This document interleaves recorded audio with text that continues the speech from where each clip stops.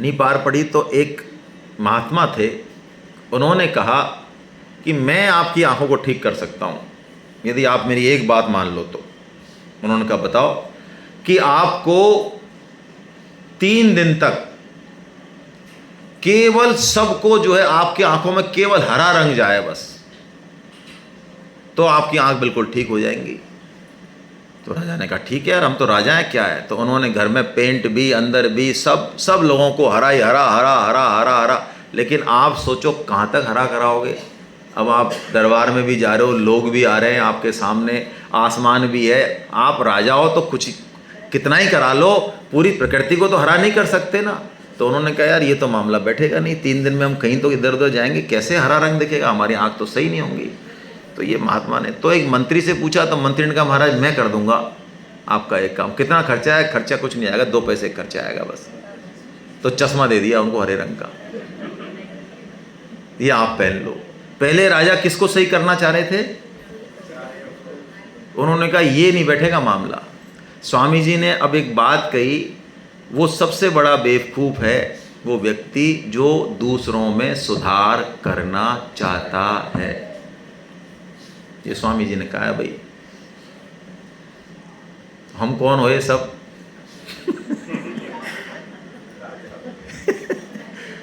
स्वामी जी ने कहा दूसरों में सुधार करना हमारे हाथ की बात नहीं है। हाथ की बात क्या है? हमारे खुद में सुधार करें, और हम खुद में सुधार करें तो बहुत चांसेज हैं कि दूसरे में हो जाए। तो हम खुद को और मनुष्य जन्म मिलाई इसलिए कि हम इसका सुधार करें, इसलिए मिलाए, और कोई दूसरा काम ही नहीं है। क्यों? मनुष्य के अलावा किसी को भी सुधार करने की ना तो ताकत है ना अपेक्षा है। ध्यान रखें, अपेक्षा भी नहीं है और ताकत भी नहीं है। क्या हम शेर को कह सकते हैं भाई साहब आप वेजिटेरियन हो जाओ, बहुत परेशान हैं हम आपसे? कह सकते हैं? बिच्छू आए घर में तो कह दो भाई साहब देखो यार अब अभी छोड़ो यार, आप काटना वाटना, आप गीता सुनो आराम से, काटना छोड़ दो आप, हैं? कॉकरोच को कह सकते हैं? किसी भी जीव जंतु को हम कह सकते हैं कि वो अपना बेसिक स्वभाव छोड़ दे? अपेक्षा है उससे? अपेक्षा भी नहीं है, ताकत भी नहीं है। कौन चेंज कर सकता है? केवल इंसान। और हमको ताकत भी दी और हमसे अपेक्षा भी है, करना ही चाहिए। स्वामी जी ने कहा करना ही चाहिए। यदि हमने अपने स्वभाव को शुद्ध नहीं किया तो हमने कुछ नहीं किया। और इसमें एक सूक्ष्म बात और है, गीता में जुड़ने के बाद लोग लालटेन लेके आपको देखेंगे, चारों तरफ से घेरेंगे। ध्यान रखना, आप आ तो गए हो गीता सेमिनार में, नए लोगों से कह रहा हूँ। अब वो दूरबीन ले लेके खड़े हो जाएंगे सब, और वो सब दूरबीन आप ही खोपड़ी पे लगानी है उनको। इससे पहले तो आप कुछ भी कर रहे होंगे। यदि गीता में पढ़ लिया आपने, गीता सेमिनार में आ गया और रजिस्ट्रेशन करा लिया, तो सब तैयार बैठे। ले तो क्या किया था ना गीता पढ़ के, है ना? हाँ, तेरा तो ये है, तेरा तो वो है, तू तो ऐसा वो, सब तैयार है, खुद भले ही कुछ ही कर रहे होंगे। और पहले आप गीता नहीं पढ़े तब तो आप उनके भैया बनते थे, तो उनकी ऐसी तैसी कुछ नहीं। लेकिन अब गीता पढ़ने के बाद देखो भाई यही है। तो क्या करना है? स्वामी जी ने कहा है कि गीता में आने के बाद, नाम जप करने के बाद यदि हमारा स्वभाव में सुधार नहीं होता है तो ये गीता का नेगेटिव प्रचार है। तो बोलो खाया पिया कुछ नहीं, गिलास तोड़ा 12 मिला कुछ है नहीं और गांठ के और गए तो पाप। हाँ, नेगेटिव प्रचार तो गड़बड़ हो रही है ना, अकाउंट खाली हो रहा है हमारा, माल कुछ आया नहीं। तो स्वामी जी कहते हैं इसलिए सतर्क हो जाओ। क्या करना है भाई? हमको देख के कोई ये क्या करना है? 6 महीना से देख रहे हैं तेरे को। ऐसी होती है गीता, हमको नहीं पढ़नी, भाड़ में जा। ऐसी होती है गीता जो तेरे 6 महीना देख, अरे नहीं पढ़नी गीता। तो क्या हो गया? ये नेगेटिव प्रचार हो गया भाई। तो साधक को बहुत जो है सतर्क रहना पड़ेगा। गीता वाले को क्या करो तो अब लोग चश्मा लगाएंगे, दूरबीन लगाएंगे उसके, है ना? तो अब हमको देखने की दृष्टि बदलनी है। और वास्तव में ये फैक्ट है, हमारा द्वेष हो जाता है ना किसी से, तब हम नहीं समझ पाते हैं चीज़। नहीं, मूल में तो व्यक्ति में कोई दोष नहीं है। यदि हम व्यक्ति से प्रेम करें ना तो व्यक्ति पिघल जाएगा, ये पक्की बात है। हाँ, पिघलेगा कितनी देर बाद ये थोड़ी अलग बात है, सबकी क्षमता अलग अलग है। लेकिन आप यदि खड़े हो जाओ ना तो इंसान की दम नहीं है कि वो आपके सामने पिघले नहीं।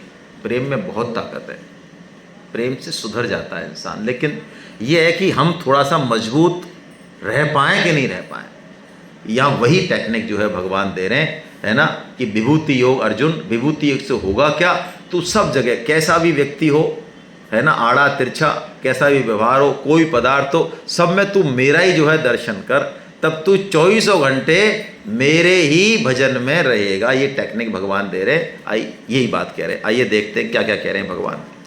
एताम विभूति योगंच मम यो वेति तत्वता। आगे ले आओ। यो विकम्पेन योगेन योज्यते नात्र संशया। एताम विभूति योगंच। भगवान कहते हैं यदि तू विभूति को और योग को, विभूति तो मैंने बता दी जहां भगवान की ऐश्वर्य, भगवत्ता, सत्ता, विशेषता प्रकट है, दिखता है। जैसे गोविंद देव जी का मंदिर, श्री राम लला को देखा, ओहो भगवान है, ऐसे ये विभूति हो गई। और योग क्या है, योग वो ताकत है जिससे वो प्रकट हुआ है। तो भगवान कहते हैं तू तत्व से जान जाएगा। तत्व से जानने का क्या मतलब है, मूल में सब भगवान से आए। स्वामी जी बहुत अच्छा उदाहरण देते हैं, आपने सबने सुना है। बाजरी या बाजरा, बाजरे का बीज हमने बोया, कुछ समय उसमें से पौधा निकला, है ना, छोटे छोटे पत्ते हैं, डंठल है, तना है, उसमें बाजरा है क्या कहीं, है क्या उसमें बाजरा कहीं नहीं है। और बात, लेकिन किसान से पूछो यदि आप कि भैया ये किसकी फसल है, तो क्या कहेगा वो बाजरे की।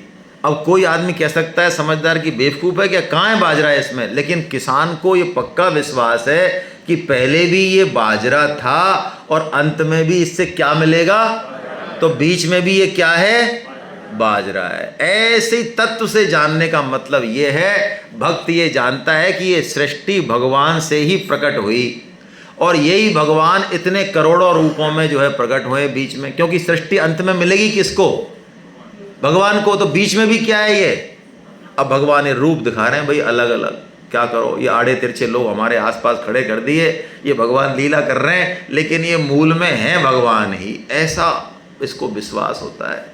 इससे क्या होगा, इससे ये होगा कि चाहे कैसा भी व्यक्ति हो, कैसी भी परिस्थिति हो, उसको भगवत स्मरण ही रहेगा। व्यवहार तो यथा योग्य करेगा, लेकिन स्मरण किसका रहेगा, भगवान का रहेगा। ये है विभूति योग। आइए चलते हैं। इससे भगवान कहते हैं कि जब वो ऐसे विभूति योग का प्रैक्टिस करेगा, मेरा भजन करेगा, तो मैं उसको बुद्धि योग दे दूंगा। भगवान दे देते हैं अपने आप। कर्म योग, ज्ञान योग, बुद्धि योग जो देना है भगवान दे देते हैं। तो अर्जुन को बड़ी अच्छी लगी ये बात कि महाराज ये सही है कि आप विभूति बताओ, कहाँ कहाँ विभूति है, मैं उनको देखता रहूँगा, आपका ध्यान करता रहूँगा और आप मेरे को प्राप्त हो जाएंगे।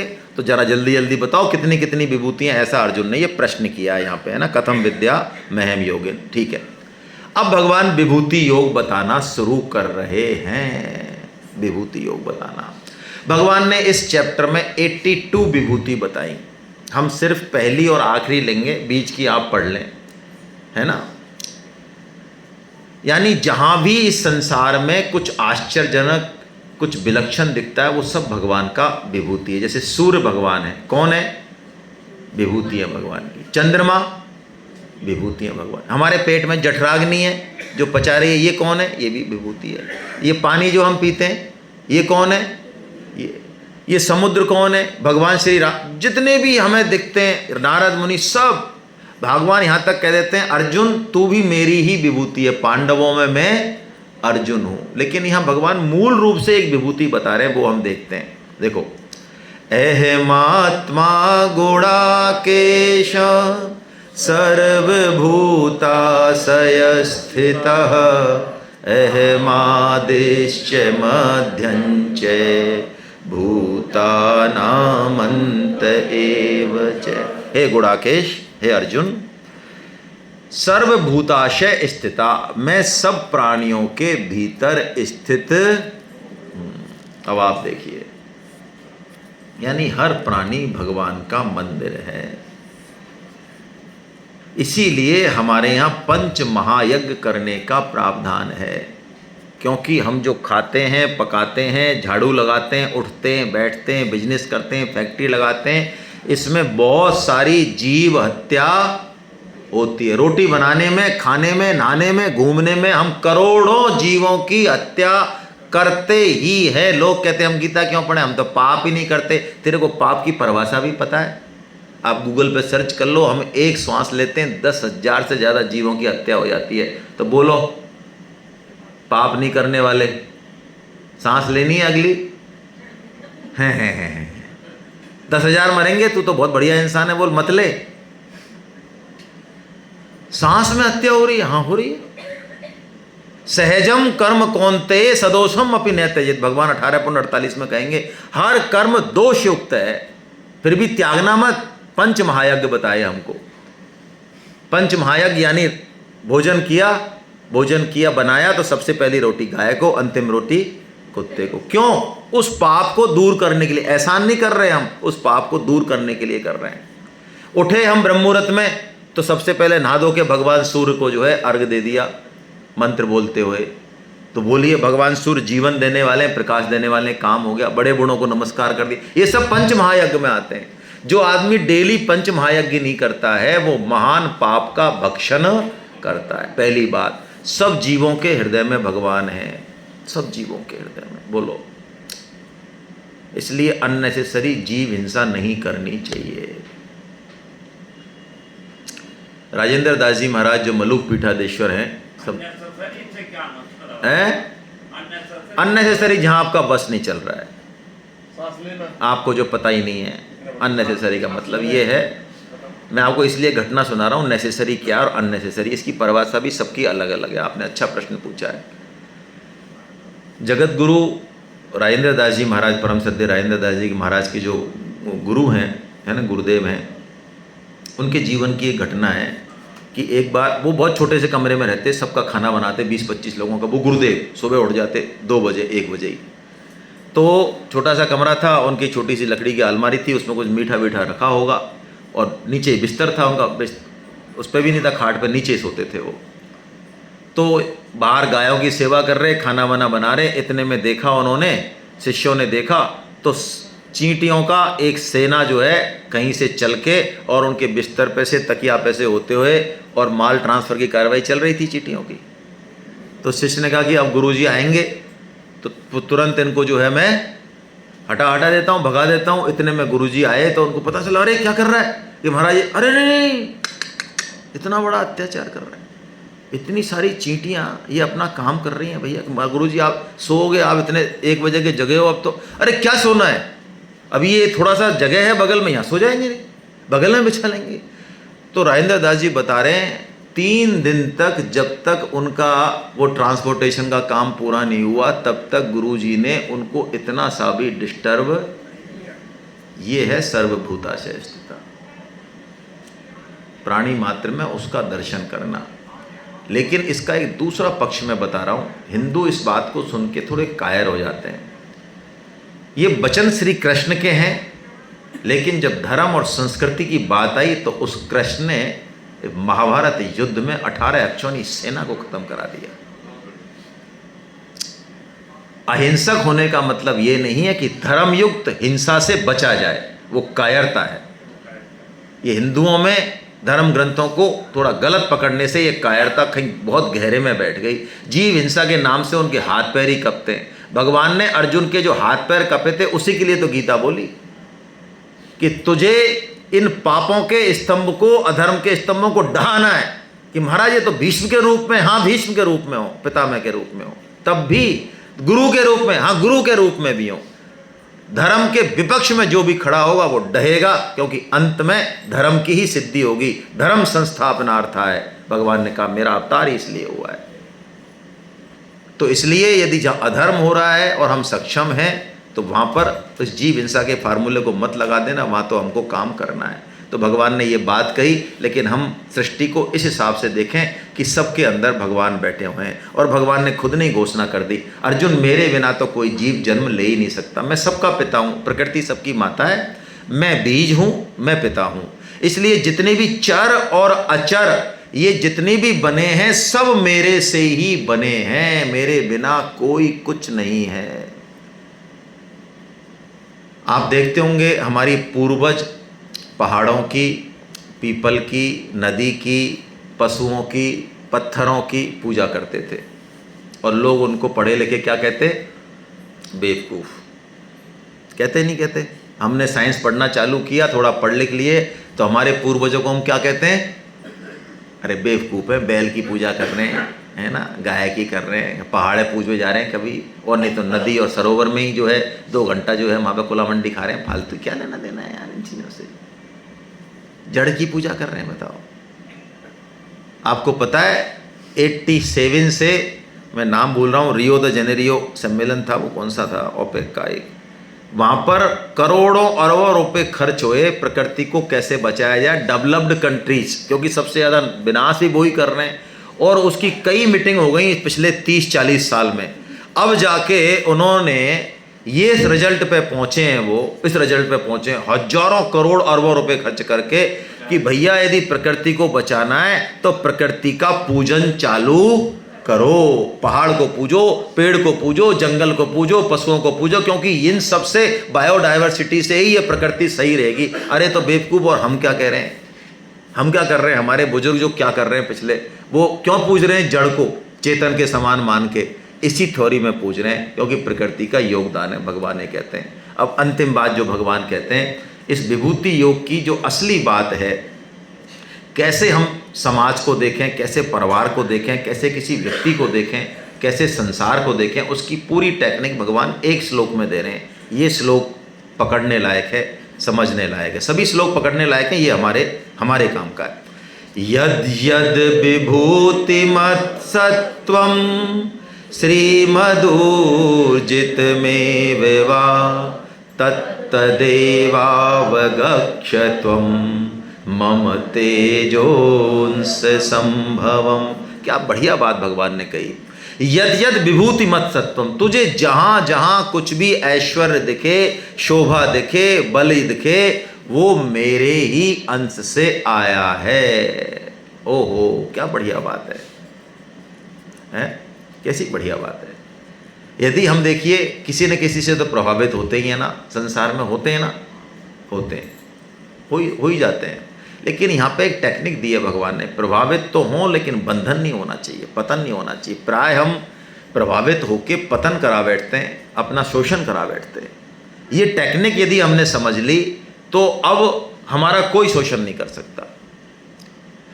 भगवान कह रहे हैं किसी व्यक्ति में भी कोई चीज़ दिखे आपको जिससे आप प्रभावित है, आपको फायदा हो रहा है उससे, तो भगवान कह रहे हैं उसके प्रति कृतज्ञ तो रहना है, लेकिन वो उसकी नहीं है। वो कहाँ से आई है? तो तेरा कनेक्शन किससे हो जाना चाहिए? मेरे से हो जाना चाहिए। क्या बात है, क्या बढ़िया टेक्निक दी है। आपकी श्रद्धा है पिता के प्रति, माता के प्रति, अपने अधिकारी के प्रति, देश के नेताओं के प्रति, देशभक्तों के प्रति, बहुत अच्छी बात है, होनी चाहिए ना, होनी चाहिए। लेकिन वो उनमें जो बात है वो कहाँ से आ रही है? कहाँ से आ रही है? तो वो श्रद्धा अल्टीमेटली हमारी कहाँ पहुँच जानी चाहिए? हम व्यक्ति से संबंध नहीं जोड़ें, कृतज्ञ रहें। क्यों कृतज्ञ रहें? क्योंकि उससे हमको मिल रही है, वो तो ठीक है, लेकिन वो उसकी नहीं है। इसलिए स्वामी जी ने कहा मेरे से यदि कोई मेरे को गुरु मानेगा तो वो मेरी बात का उल्लंघन है। क्या बढ़िया बात कह रहे हैं स्वामी जी ने कहा मेरे को मत मानो। किसको मानो? मेरी बात को मानो। क्यों? क्योंकि मेरी बात वही है जो श्री कृष्ण की ही बात को मैं कह रहा हूं अपनी। तो यानी मेरे से संबंध मत जोड़ो। स्वामी जी ने कहा किससे जोड़ो? श्री कृष्ण से जोड़ो। गुरु तत्व में यही रहस्य जो प्राय, माफ करना, हम नहीं समझ पाते हैं। गुरु वही है जो संसार के दावानल से बचा के और भगवान से हमको जोड़ दे। यदि कोई गुरु खुद की पूजा कराए, खुद के चरण पुजवाए, खुद के फोटो लगवाए, तो भैया माफ़ करना, आप खूब पीछे लगे रहो, लाखों लोग लग रहे हैं, करोड़ों लगे रहो, नहीं है बढ़िया बात।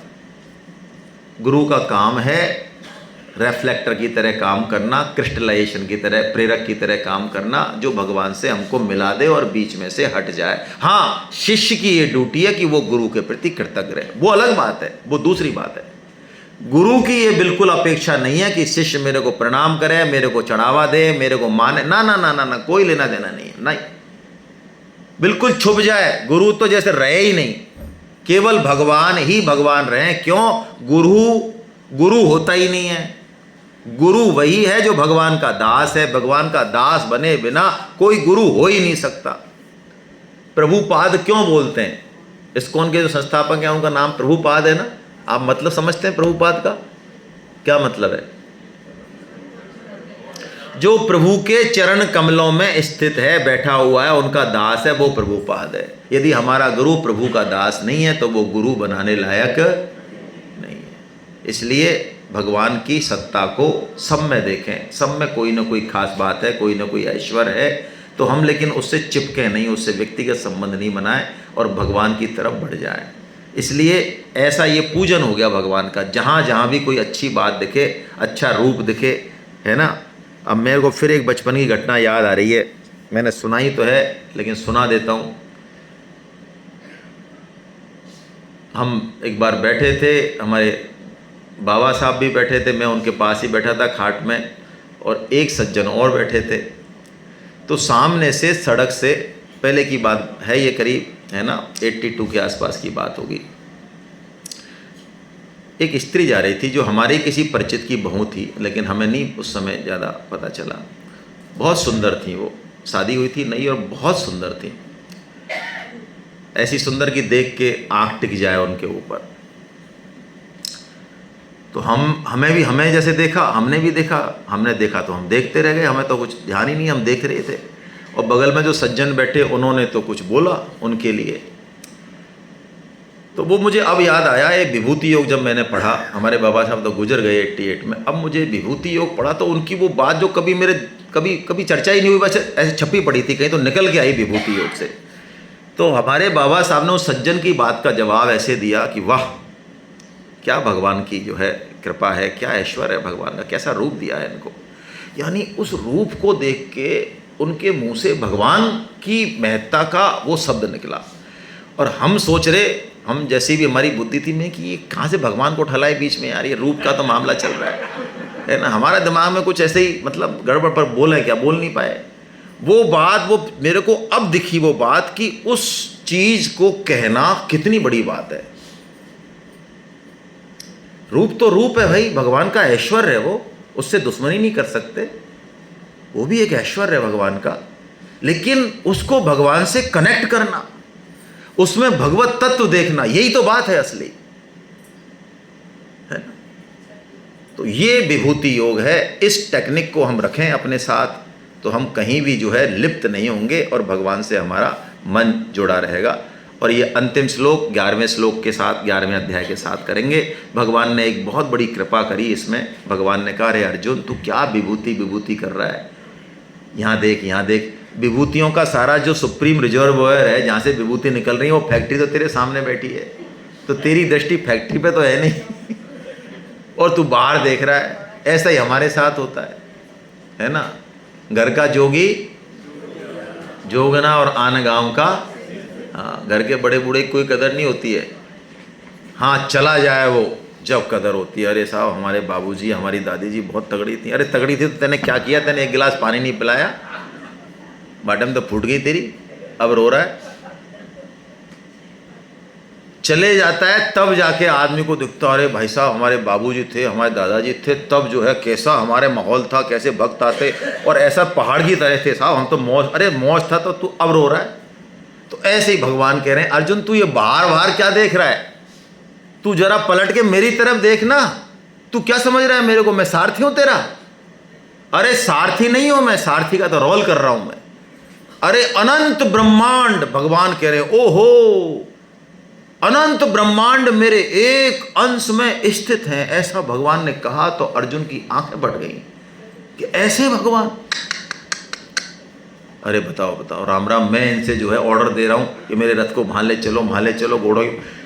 ये ये साक्षात भगवान है जिनको मैं अपना सखा मान रहा हूँ। मुझे पता था ये थोड़े से है तो कलाकार, बहुत मतलब ऐसे सामान्य आदमी नहीं है, लेकिन ये परम पुरुषोत्तम है, वो ब्रह्म है, ये ऐसे हैं जो अनंत ब्रह्मांड इनके एक अंश में, ऐसे हैं भगवान। ओ तो भाई अब भगवान का इंट्रोडक्शन और कौन दे? भगवान को खुद को देना पड़ेगा, बताओ। हाँ, दूसरा कौन दे? और हमारा तो कोई दे दे। भगवान का इंट्रोडक्शन तो भगवान ही जाने। तो भगवान अर्जुन को खुद ही इंट्रोडक्शन दे रहे हैं कि अरे अर्जुन, अथवा बहुनैतेना किम ज्ञातेन तवार्जुना विष्टभ्याहमिदं कृत्सन् मे कांसेन स्थितो जगत।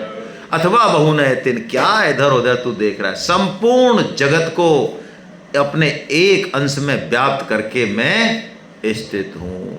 देखिए अब पता चलेगा अर्जुन को कि भगवान है क्या। ऐसे ही भगवान की कृपा से कभी हमको पता चलता है कि गीता है क्या, क्या करेगी ये, तो हमारा भाव बदल जाता है, भाव बदल जाता है। हम साल में एक फंक्शन करते हैं नंदोत्सव जयपुर में, तो उसमें एक बार हमने अनिरुद्ध प्रभु जी को बुलाया, परम श्रद्धेय अनिरुद्ध प्रभु जी जो 6 लाख नाम जप डेली करते हैं। हेलो, 64 माला में कितने होते हैं? 64 माला में कितने होते हैं? 1.25 लाख। वो कितने करते हैं? 64 गुना 5। बुद्धि मत लगाना, करते हैं डेली। 12 बजे उठते हैं। उनके दर्शन करना भी अपने आप में एक बड़ा विलक्षण हुआ है। तो वो एक बार आए, हमने चीफ गेस्ट बुलाया, तो तायल साहब विराज रहे थे उस समय, परम श्रद्धेय तायल साहब जिन्होंने ये सारा सिस्टम चलाया है, गीता परिचय अभियान और गीता क्लास, परम श्रद्धेय तायल साहब द्वारा चलाया गया है। इसमें हमारा 1% भी 0% हम जीलाल साहब गुप्ता जी सब उन्हीं के उस पर चल रहे हैं, हमारा कुछ भी योगदान नहीं है इसमें, उन्हीं से हम पढ़े। तो तायल साहब ने ये कहा, परम श्रद्धेय मैं भी बगल में बैठा था, उनको प्रार्थना की कि आप आज जो है एक माला स्टेज पे जाके और हम सबको करा दो। 700-800 लोग थे हॉल में। तो उस दिन उनकी थोड़ी मनस्थिति बड़ी अलग थी, भक्तों का भाव है, कुछ कह नहीं सकते। तो उनके साथ जो रमेश जी हैं एक, उन्होंने मेरे से कहा, वो पकड़ के जब ले जाने लगे मेरे से, वो कह रहे थे कि आज बाबा जो है ना, मुझे लगता नहीं माला कर पाएंगे। मेरे समझ में आई नहीं बात। उनको स्टेज पे बैठा दिया कुर्सी पे और उनसे माला करने के लिए कहा कि भाई सब करो भाई साथ में, हरे कृष्ण कृष्ण कृष्ण हरे हरे, हरे राम राम राम हरे। कृष्ण नाम तो पूरा लिया, राम पे आके तो उनके हिचकी बंधने लग गई, आंखों में से आंसू आ गए।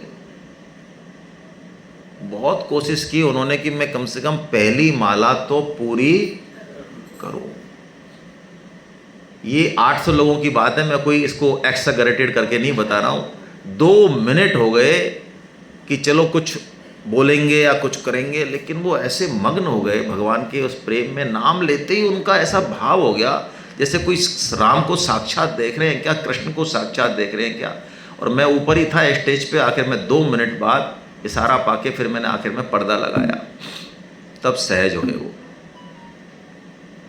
अब आप बताओ, वही नाम हम लेते हैं। और उस दिन मेरा ये अनुभव है, आज आपके सामने कह रहा हूँ, उस दिन ऐसा लगा जैसे कोई साक्षात कोई विभूति कोई उतरी है इस वातावरण में, ऐसा अनुभव हुआ पहली। वैसा रोमांच मेरे को आज तक नहीं हुआ। वही नाम है, लेकिन अब वो नाम हम ले रहे हैं, हम ले ही रहे हैं भाई, क्या करें तो अब। लेकिन वही नाम उन्होंने लिया, क्योंकि वो उस नाम के तत्व को, तो ऐसे ही भगवान ने यहाँ हिंट दे दिया अर्जुन को कि अर्जुन तू देख जरा मेरे को कि मैं आखिर कौन हूँ। तो आइए अब हम विश्व रूप देखेंगे। हरे कृष्णा।